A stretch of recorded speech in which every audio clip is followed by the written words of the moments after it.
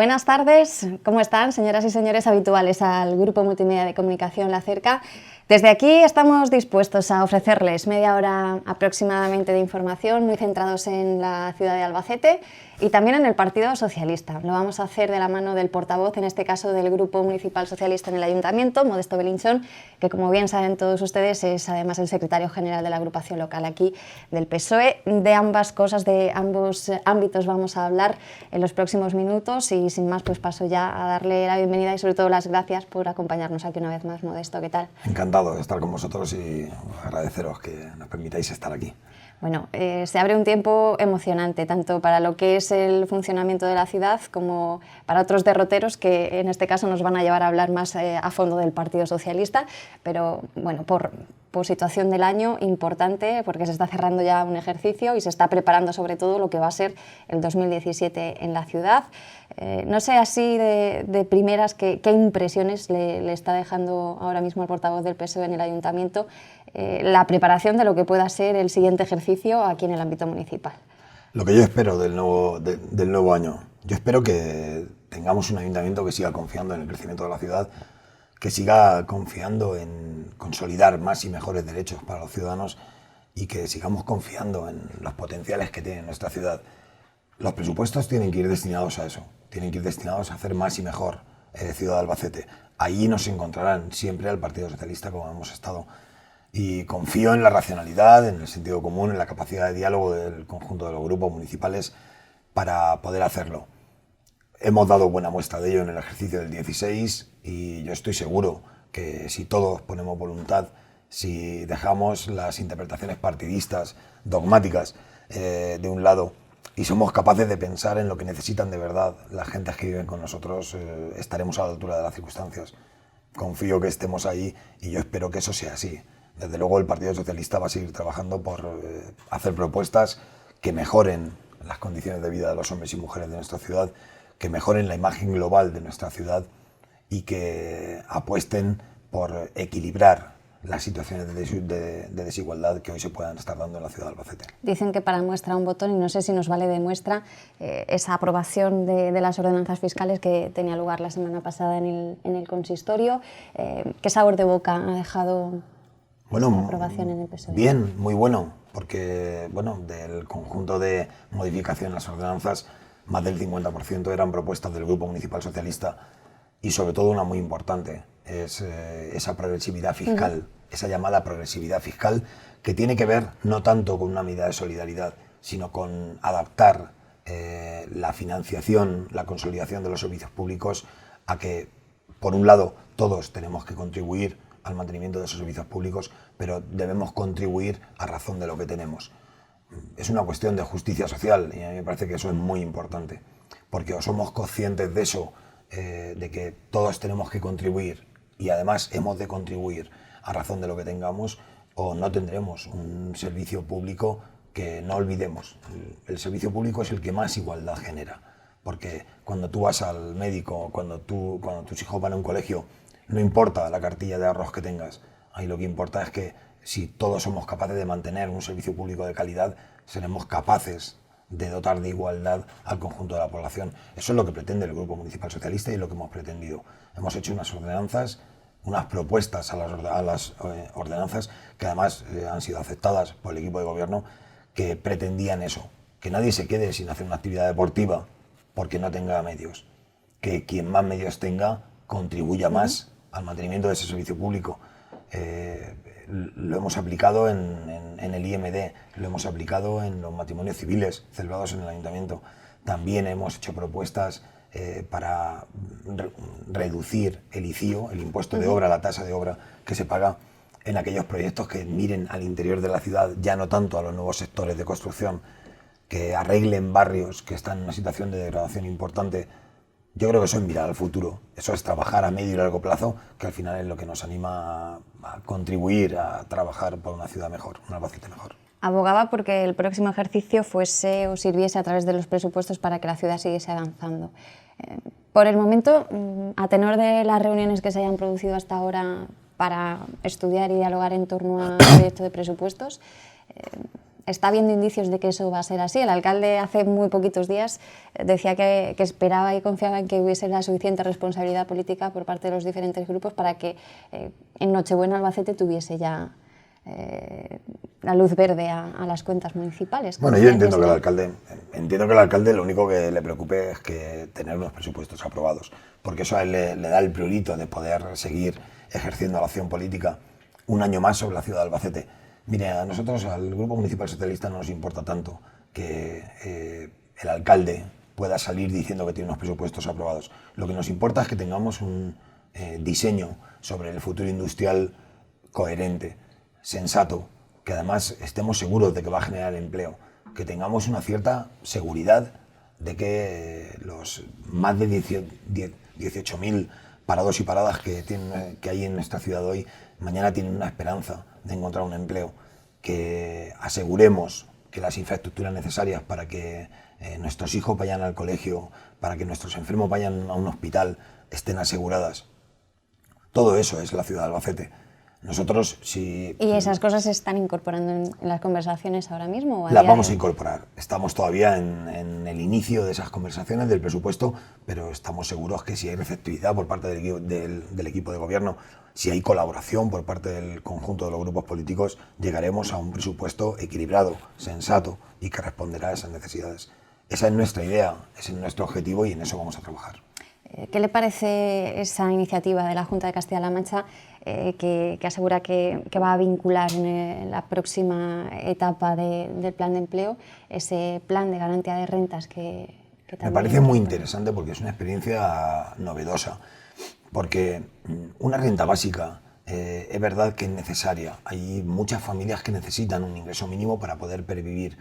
Ahora bien, si eso se vincula a las posibilidades de empleabilidad de esa población, me parece que es muy interesante, porque lo que se trata es de facilitar, como decía ese famoso proverbio, facilitar la caña para que la gente pueda pescar. Facilitamos medidas de empleabilidad con empleo público y protegido, es verdad, pero para familias que tienen la necesidad de tener un ingreso ya.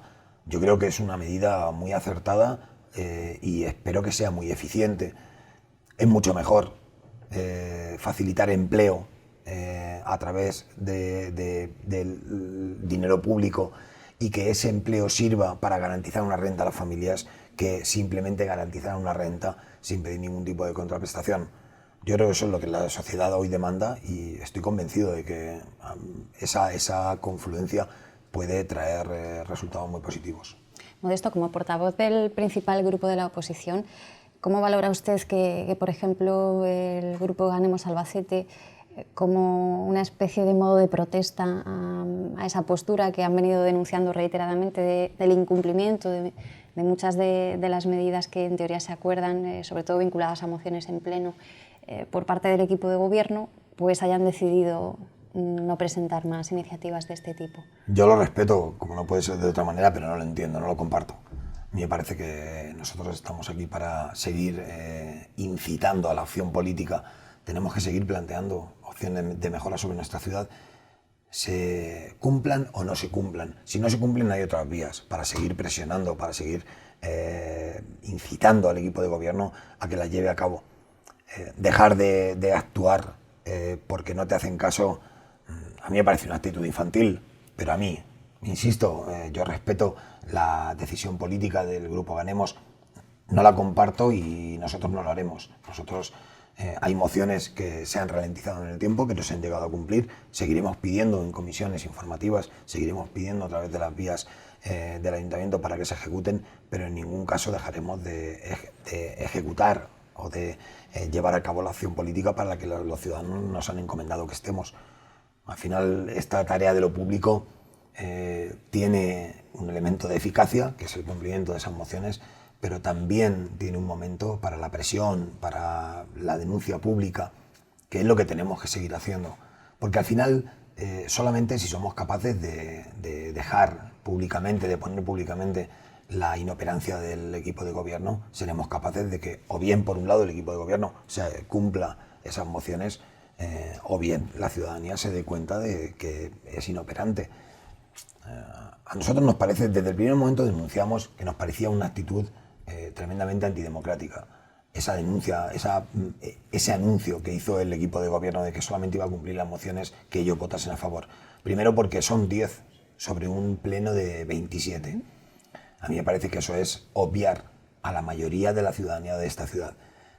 Bien, nosotros denunciamos eso, lo seguiremos denunciando, pero no por ello vamos a dejar de ejercer nuestra tarea política en el ayuntamiento, que es la de presentar mociones, presentar propuestas, negociar, llegar a acuerdos para mejorar las condiciones de vida de los hombres y mujeres que viven con nosotros. Eso tiene que ser básico. Si no, yo creo que estaríamos haciendo una dejación importante de nuestras funciones y de nuestra responsabilidad. Veremos lo que va dando de sí pues, toda esta negociación que dé fruto al presupuesto del próximo año, pero preguntándole por algo que tiene muy a la expectativa la ciudadanía en estos momentos, sí quisiera saber qué valoración hace a priori de ese proyecto ambicioso que quiere afrontar ya de una vez por todas Albacete, del que se viene hablando desde hace muchos años, como es la transformación del centro de la ciudad. Ya aseguraba el alcalde que el objetivo es que para la feria de 2018 pues ese proceso de transformación esté finalizado, vea la luz, pero dejaba un poco ahí a la duda o a un futuro que se estudiará esa última quinta fase de lo que sería el proyecto, que es la relacionada con la calle ancha, conocida como calle ancha de Albacete. Algo que no entendemos por qué desvincula la quinta fase de las otras 4. Mire, Pero eso no ha estado presente en la negociación. No, en absoluto, en absoluto. Nosotros cuando planteamos la moción, porque además este proceso de peatonalización, de renovación del centro o de modificación en cuanto a accesibilidad del centro, que planteamos el Grupo Municipal Socialista como iniciativa en el Ayuntamiento y a través de la cual se ha ido trabajando, nosotros planteamos la necesidad de modernizar Albacete. Nosotros planteamos que el proceso se hiciese técnicamente como bien entiendan los técnicos, pero las fases tienen que ser inevitablemente continuas. No entendemos, nosotros no vamos a hacer política electoral de un proceso tan importante para Albacete como este. No entendemos por qué el alcalde se plantea ralentizar esa quinta fase, en concreto sobre la calle ancha. Nosotros entendemos que el proceso ha de ser continuo por los motivos que hemos alegado siempre. Primero, porque nunca un proyecto de cambio en la ciudad de Albacete ha aglutinado tanta unanimidad como este. Les recuerdo que esta moción fue aprobada por unanimidad por todos los grupos políticos. Todos hemos estado trabajando, todos hemos aportado, todos hemos podido modificar, aportar, mejorar el proyecto técnico. Y todos hemos podido hacer las sugerencias que creyésemos oportunas. Y además porque entendemos que cuenta con el consenso y el acuerdo de la mayoría de la ciudadanía de esta ciudad, tanto de la sociedad articulada como de los ciudadanos.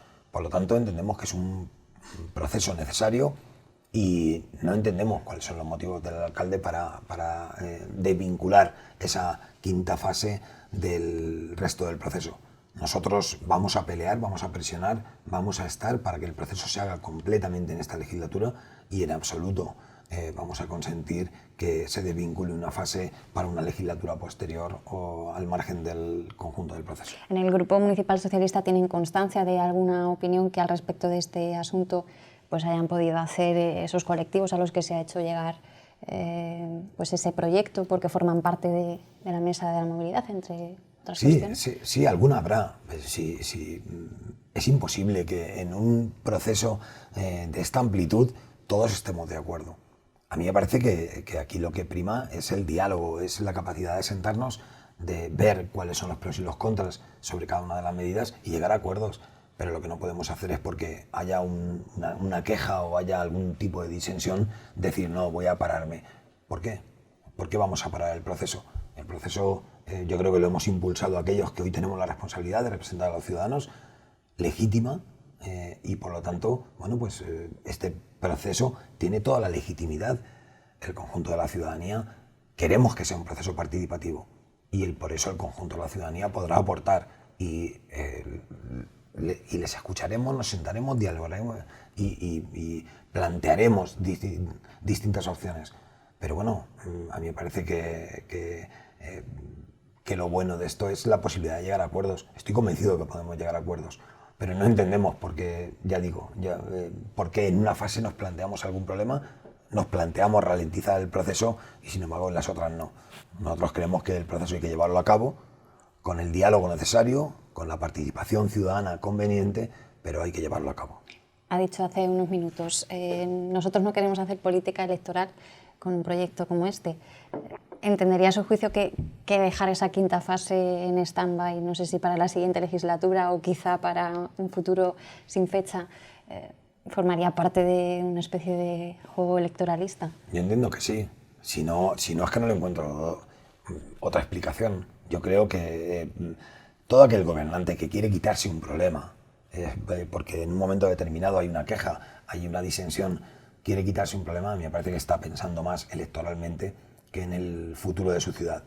Nosotros lo que decimos es, vamos hacia adelante con este proyecto, vamos a ejecutarlo, vamos a hablarlo, vamos a consensuarlo, vamos a ver cuáles son los elementos de mejora que nos plantean los ciudadanos, los comerciantes, los hosteleros, todo el mundo.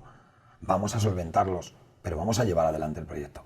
Porque a mí me parece que sobre las ciudades, sobre el presente y el futuro de las ciudades, hacer electoralismo es muy mercantilista. Yo creo que tenemos situaciones ideológicas, momentos y coyunturas ideológicas que nos separan lo suficiente como para decirle a la ciudadanía, mire, esto es el Partido Popular y esto es el Partido Socialista, y ahí nos tenemos que distanciar. Pero en aquellos proyectos que tienen que ver con el desarrollo de una ciudad, con la modernización de una ciudad, yo creo que ahí no, yo creo que ahí tenemos que ir juntos. Yo creo que la gente nos pide eso, nos pide que seamos lo suficientemente sensatos como para trabajar juntos por la ciudad. Y después la gente es libre y perfectamente consciente de a quién tiene que prestarle su apoyo. Pero en estos asuntos nosotros entendemos que no. Son proyectos de una envergadura tal que siempre nos van a generar adeptos y siempre nos va a generar gente que no esté de acuerdo. Pero son decisiones que tienen que ver con compromisos programáticos. Es que yo cuando me presenté como candidato a la alcaldía, yo le dije a la gente de Albacete, miren, yo esto es lo que quiero hacer. Y si esto es lo que quiero hacer y ustedes me dan su confianza, yo lo voy a llevar a cabo. Claro, yo entiendo que haya gente que no esté de acuerdo con alguna de las cuestiones que yo planteé. De hecho, por eso no me votaron tanto como al Partido Popular. Y lo entiendo y lo respeto, pero yo creo que en eso tenemos que estar. Si estamos todos los grupos de acuerdo, es porque representamos la legitimidad mayoritaria de esta ciudad, con lo cual ejecutémosla. A mí me parece que es una cuestión de recibo. El resto serían, yo sí entiendo que serían interpretaciones partidistas o electoralistas. Es decir, voy a quitarme problemas para no resultar problemático y encarar mi futuro electoral de una forma más con más garantías. Usted siempre ha recurrido en sus discursos e intervenciones a la responsabilidad que han de tener los representantes políticos de mirar con perspectiva a lo que ha de ser la ciudad en el futuro y con responsabilidad. ¿Qué cree que se está dejando muy en el tintero y que debería empezar a trabajarse ya y no se está haciendo? El futuro. Yo creo mire, yo decía que nosotros tenemos la obligación políticamente, de levantar, de abrir y cerrar la persiana de esta ciudad. Tenemos que estar en el día a día. Y eso es cierto y es inevitable. Pero también tenemos que ser capaces de pensar en el futuro de esta ciudad, porque hay cimientos que o los ponemos hoy o mañana no verán crecer nada. Y esos cimientos los tenemos que empezar a plantear desde hoy. Si hoy no somos capaces de redefinir un modelo industrial para nuestra ciudad, si no somos capaces de diseñar o diagnosticar cuáles son las necesidades que tienen nuestros polígonos industriales, si no somos capaces de ver la potencialidad que tiene una infraestructura como es la plataforma logística intermodal en nuestra ciudad, si no somos capaces de prever un futuro para nuestro aeropuerto, a mí me parece que estamos dejando de lado la responsabilidad de gobierno que tenemos, de gobierno en lo público. ¿Y tienen la sensación de que todas estas cuestiones están cayendo en saco roto ahora mismo?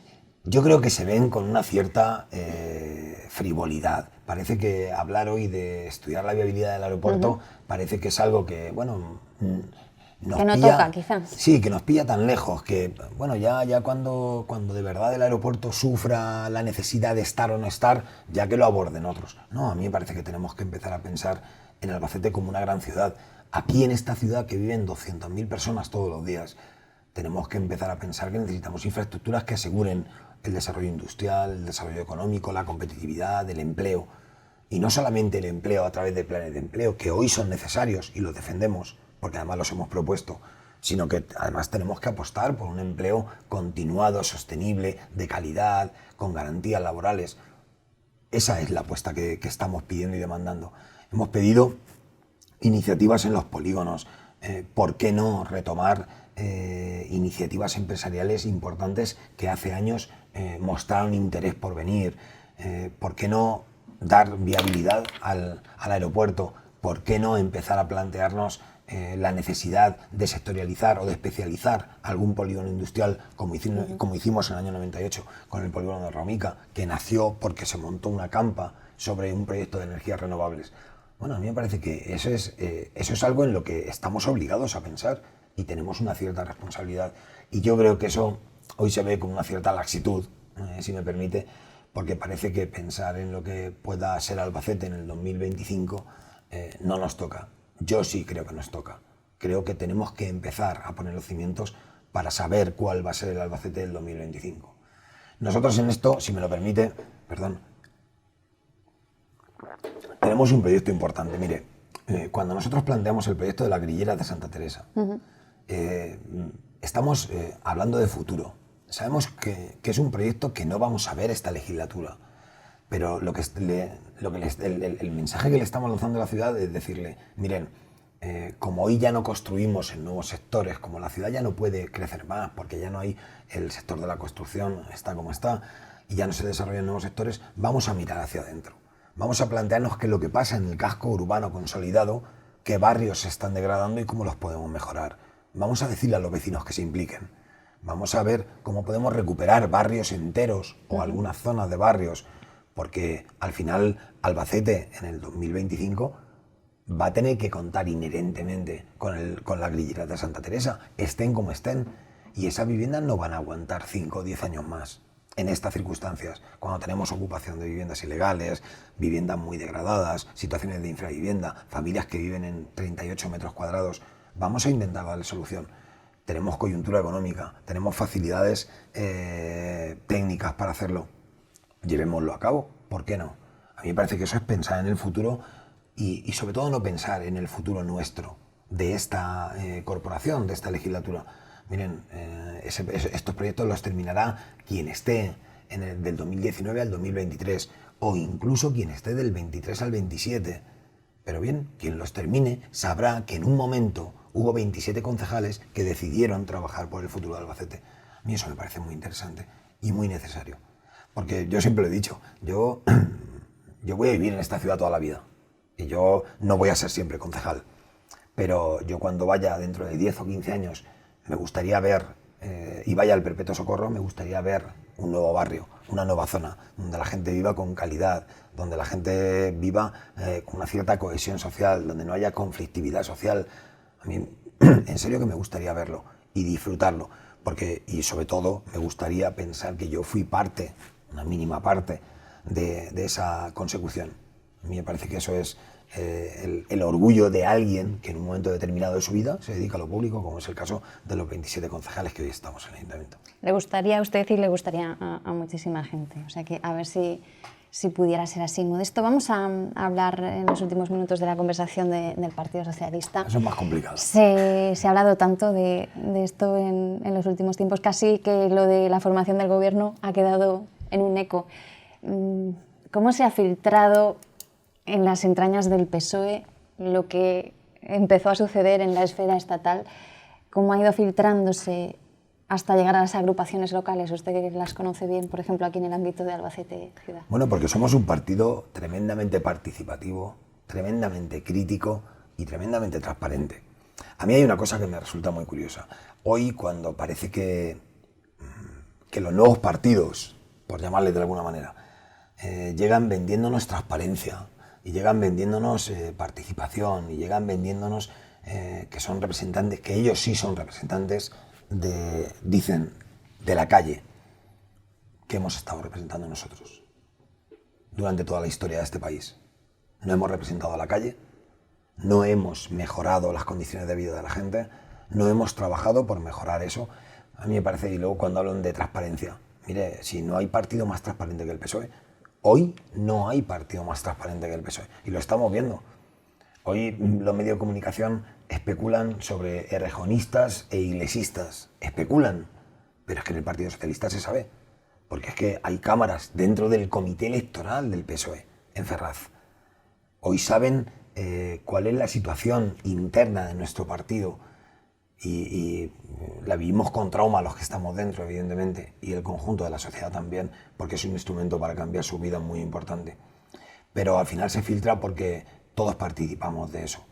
Mire, yo siempre he dicho que sea la participación individual, que es eso de un militante, un voto, o sea la participación delegada, que es que yo decido quién va a Madrid.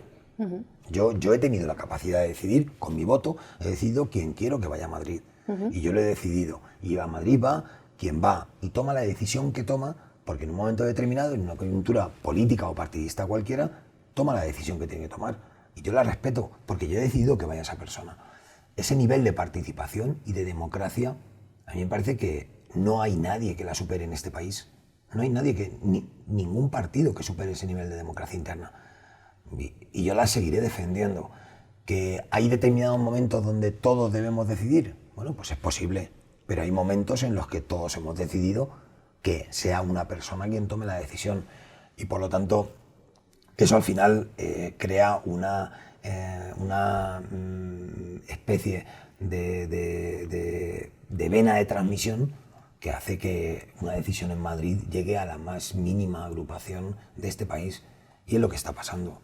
Nosotros ahora tenemos una situación interna convulsa, uh-huh, porque es cierto y sería de tonto negarlo, y esa situación convulsa se traslada a cada agrupación, a cada grupo de militantes, cada estamento del partido, en cada grupo municipal, en cada estructura de nuestro partido. Se está encontrando con muchos militantes que no logran entender todavía la abstención del PSOE. Sí. Y con otros muchos que la entienden. Es que por eso digo que el PSOE es un partido que siempre ha sido tremendamente crítico. Y no es este el único momento de crítica interna. Pero, bueno, yo me encuentro con gente que dice, ¿cómo hemos podido abstenernos? Y otra gente que me dice, pues yo creo que acertamos en abstenernos. Mire, cuando un partido llega a una situación tan crítica, después de haber perdido 2 elecciones generales, después de haber tenido una debacle en las elecciones vascas y gallegas, después de haber visto cómo estamos en una situación de caída en cuanto a confianza electoral, bueno, yo creo que en ese momento lo que toca es pararse y pensar. Juntarnos todos aquellos que tengan capacidad de decisión, sentarnos en torno a una mesa y decir, oye, ¿qué está pasando? ¿Por qué no respondemos a las iniciativas de la gente? ¿Por qué no somos la correa de transmisión de las reivindicaciones de la gente? A mí me parece que eso es lo inteligente, me lo parece a mí, que soy quien soy, pero a mí me parece que ese es el momento de pararse, y sobre todo cuando tienes un partido que el 20 de diciembre tiene un resultado, pero que el 26 de junio tiene un resultado mejor. Bueno, pues parece razonable, vamos a facilitar que este país arranque, porque llevábamos 11 meses uh-huh, en situación de stand-by que no podíamos esperar. Vamos a dejar que este país arranque. Y sobre todo vamos a retirarnos a los cuarteles de invierno, nosotros, que queremos ser un instrumento de gobierno, para pensar qué es lo que estamos haciendo mal o qué es lo que podemos hacer mejor. Me parece que eso es una cuestión de racionalidad y de sentido común absoluto. Ayer conversábamos sobre este tema también con el vicepresidente de Castilla-La Mancha, con Martínez Guijarro, y él decía que consideraba que hacía falta, especialmente en el PSOE y a los militantes y votantes del PSOE, hacer mucho trabajo de pedagogía política para explicar lo que se ha hecho y por qué. Y decía que estaba convencido de que la gente solo iba a poder entender que había merecido la pena lo que se había hecho y que, aunque había sido doloroso hacerlo, si se conseguían cambios palpables y visibles en muchas cuestiones que importan a la gente. Ponía algunos ejemplos como el tema de la ley educativa o la normativa laboral, etcétera, que si se conseguían ahí cosas podía ser la demostración de que había merecido la pena el sufrimiento que se ha tenido en estos meses en el PSOE. Y tenemos que llegar ahí. y tenemos que llegar ahí. Yo decía nuestro presidente regional y secretario regional de mi partido, Emiliano García Paje, decía que, claro, que es mejor llegar a una situación de oposición hoy con un PP que no tenga mayoría, que haber permitido unas terceras elecciones donde el PP y posiblemente con Ciudadanos hubiese tenido una mayoría absoluta. Claro, porque hoy tenemos posibilidad de volver atrás leyes injustas. Hoy el Parlamento puede tomar decisiones sobre la ley Mordaza, sobre la ley educativa. Hoy podemos volver atrás la reforma laboral. Hoy podemos decirle al Partido Popular que se equivocó en determinados recortes económicos. Mañana, cuando Bruselas nos diga que tenemos que recortar 5.500 millones, le podremos decir al gobierno de dónde y no tener que tragarnos de dónde ellos quieren que no, recortarlos. Y esa situación de oposición constructiva, que es la que tenemos en el ayuntamiento, es como decirle a la gente de Albacete: ¿usted prefiere un PP con 16 concejales como tenía Carmen Bayot, donde las decisiones eran unilaterales, unívocas e irrefutables? ¿O prefiere la situación de hoy en la que estamos 4 grupos, todos con una minoría sustancial y donde todos estamos obligados a hablar? Si no llego a un acuerdo con Ganemos, llego a un acuerdo con Ciudadanos, si no llego a un acuerdo con el Partido Popular, si no llego a un acuerdo con el PSOE, pero al final estoy obligado a hablar. A mí me parece que esa es la riqueza de la democracia. Si no, ¿a qué nos abocábamos? A unas terceras elecciones donde, desde nuestro punto de vista, el Partido Popular hubiese tenido una mayoría que no hubiese necesitado ni dialogar. Preferimos esto. Y yo creo que la gente tiene que ser consciente y va a ser consciente de esto. Habrá mucha gente que diga, y además utilizando una frase muy mítica en el seno del PSOE, que para este viaje no hacían falta alforjas. O sea, esperar 11 meses para finalmente tomar esta decisión quizás ha sido esperar demasiado tiempo. Eso es verdad, eso es verdad. Yo ahí tengo que reconocer eso. Yo quizás me lo hubiese planteado antes, ya, pero la situación de los partidos es la que es. Las confluencias y las presiones internas, porque en un partido como el PSOE ha habido unidad, pero la unidad no siempre ha significado unanimidad, ni tiene por qué significarlo. A mí me parece que hasta que un partido llega a una situación de debate, de crítica interna, de disensión interna, en la que se toman las decisiones, bueno, a mí me parece que es una situación tremendamente clarificadora, porque no es fácil, ¿eh? Tomar una decisión de este tipo no es nada fácil. Yo estoy convencido que no hay ningún socialista, ninguno en España, ni un solo socialista o ni una sola socialista en España que quisiera ver a Rajoy de presidente del gobierno. Estoy convencido. Yo desde luego no. Y nadie. Estoy convencido que nadie. Pero sobre la estrategia, sobre el cómo afrontar la recuperación del partido y la recuperación del país, la recuperación del país primero y después la recuperación del partido, sí había estrategias distintas. Y eso es lo que ha confrontado. Pero a mí me parece que en eso tenemos que volver a sentirnos demócratas y tenemos que volver a respetar los órganos del partido y nuestras mayorías. Porque si no, no seríamos el Partido Socialista. Un partido con 137 años de historia no se ha mantenido solamente por la voluntad de la gente. Se ha mantenido por una condición de disciplina, porque hemos aceptado una norma de funcionamiento y esas normas de funcionamiento casi siempre nos han hecho más fuertes, pero en algunos casos nos han debilitado. Bueno, es así, pero son los pros y los contras. ¿Esta decisión que ha tomado el PSOE debería servir de ejemplo, no sé si a corto o más largo plazo, a esos que se llaman nuevos partidos que usted antes mencionaba y que han aparecido y que de repente los hemos visto en una situación en la que los que se presentaban como dos enemigos casi irreconciliables, Partido Popular, Partido Socialista, esos viejos partidos que ellos llamaban pues, el puro bipartidismo existente, pues han tenido que de alguna manera ceder y darse la mano, cosa que ellos, que son la nueva política, no han querido hacer en ningún momento porque desde el primer momento pusieron sus respectivas líneas rojas de que no querían hablar con el otro. Entonces, ¿puede ser esto un ejemplo de que si ustedes han logrado hacer esto que parecía imposible hace 10 meses, ellos deberían empezar a bajarse un poco de esos andamios? Yo es que creo que primero hay que decir claramente que Partido Popular y Partido Socialista tenemos enormes divergencias, que además se van a empezar a ver desde el momento que empieza a funcionar el gobierno y el Parlamento. Tenemos divergencias irreconciliables sobre cómo interpretar... En teoría son la antítesis, por eso sobre han cómo sido interpretar la alternancia, economía, sí. sobre cómo interpretar los derechos individuales, sobre cómo interpretar los servicios públicos. Tenemos tan grandes diferencias que somos adversarios irreconciliables, pero eso no evita que en un momento determinado la sensatez, el Partido Socialista con 85 diputados, le diga a un Partido Popular que tiene 132 que... Sí, pero por eso digo que gobernar, la nueva que puede política intentar gobernar. no ha sido capaz de manifestar esa sensatez. Claro, pero si venía a cambiar las cosas. Claro, es que al final la nueva política se torna en vieja política en 2 días.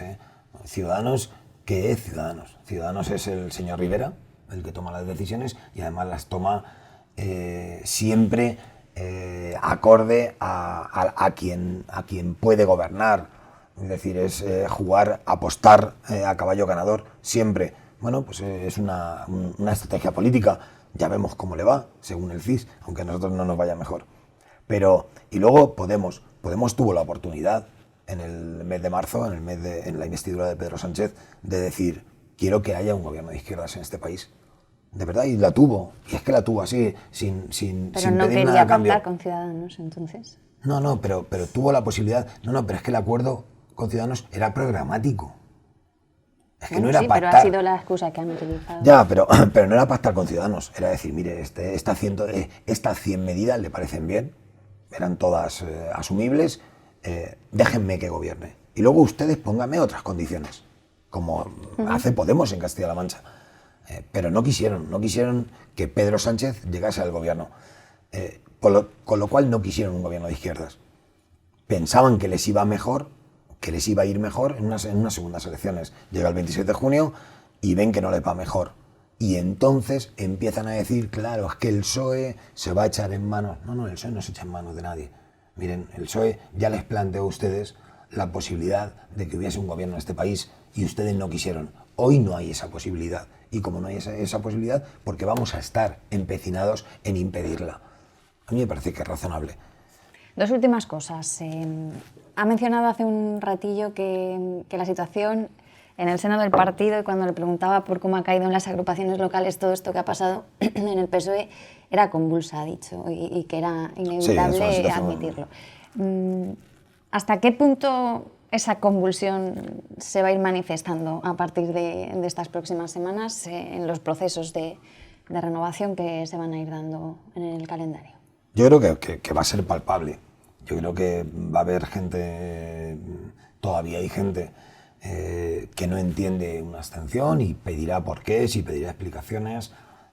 Habrá gente que piense que la mejor opción es la de mantenerse aún perdiendo cada vez más votos y más diputados, mantenerse fiel a unas ideas que yo personalmente no entiendo cuáles son, porque nuestras ideas tienen que ser la justicia social, la defensa del estado del bienestar, la defensa de la calidad de vida de la gente, no que el PP gobierne o no gobierne.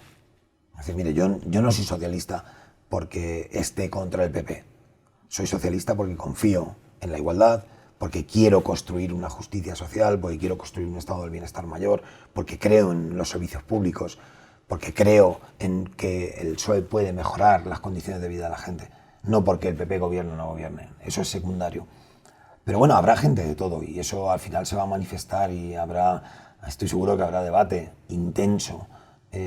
¿Habrá pelea en las distintas esferas? No, habrá confrontación. Habrá confrontación porque además tiene que haberla. Yo espero que la haya. Eso nos da vida. Que en una propuesta para una secretaría provincial haya 2 o 3 candidatos o candidatas, eso le da vida al partido. Eso nos obliga a decidir y nos obliga a preguntar, ¿tú qué vas a hacer? ¿Tú qué quieres hacer? ¿Tú qué quieres de este partido? ¿Qué instrumento quieres construir tú para mejorar la vida de la gente? Y nos obliga a decidir. A mí me parece que eso es tremendamente rico. Y a mí eso es lo que me gusta de mi partido. Que seamos críticos, que no nos conformemos con nada, que seamos capaces de decidir, incluso en momentos de presión, y sobre todo que pidamos la capacidad de decisión individual que tenemos todos y todas los que conformamos el Partido Socialista. A mí eso me parece tremendamente rico y muy positivo. ¿Quién puede tener la suficiente valentía de dar el paso de meterte en esa briega de lucha, no lucha, pero sí pues confrontación, como decía, de bueno, ideas? Yo espero que haya varios o varias que den el paso. A mí me gustaría, digo a mí personalmente me gustaría. Yo creo que yo hoy tengo un secretario provincial, que es Manuel González Ramos, que es mi secretario provincial, y que por lo tanto está ahí, está al frente del partido y liderando el partido. Hace apenas unos días veíamos, le preguntaban a Pedro Antonio Ruiz Santos también esa posibilidad, y también me parece una opción. Es decir, a mí hay gente, yo creo que en este partido de cantera, a mí, por ejemplo, Emilio Sáez me parece una persona muy interesante para dirigir este partido. Cantera iba a decir. Me ha hecho gracia lo de cantera, porque hay gente que ya lleva mucho tiempo como para decirle cantera. No, pero es que la cantera no siempre se refiere a los sub-21 o a los sub-19. Digo cantera en el sentido de que aquí siempre puede haber gente que tenga la voluntad y la decisión de tomar esa iniciativa. Y, bueno, eso y es, Modesto no tiene ese arrojo ahora mismo. No. Modesto está muy bien ahí en la oposición, es consciente de la situación política en la que está y no.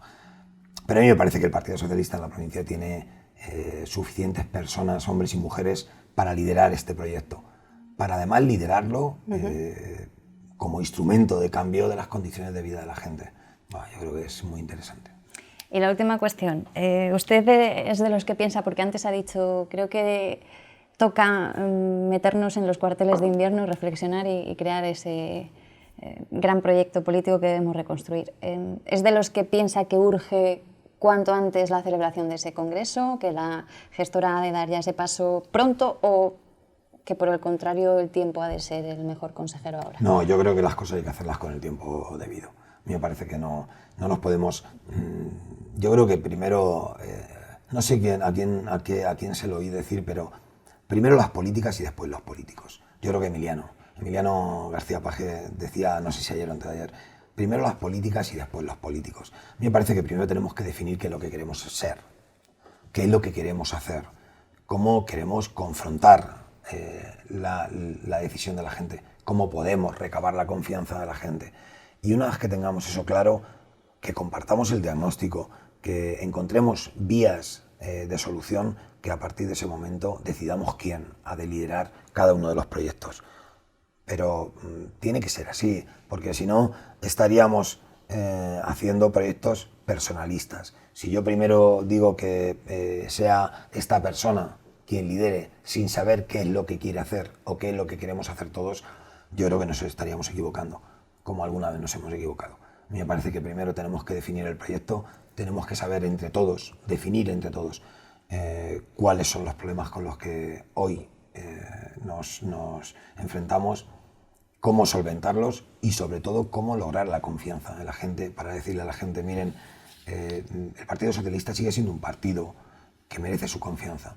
Seguimos siendo un partido que cree en que podemos mejorar sus condiciones de vida. Seguimos siendo un partido que cree que podemos consolidar servicios públicos que les van a hacer más iguales, que les van a hacer vivir mejor, que les va a dar garantía de igualdad. Somos un partido que creemos que podemos repartir mejor lo que entre todos somos capaces de crear. Y cuando tengamos eso claro, entonces nos ponemos a decidir quién.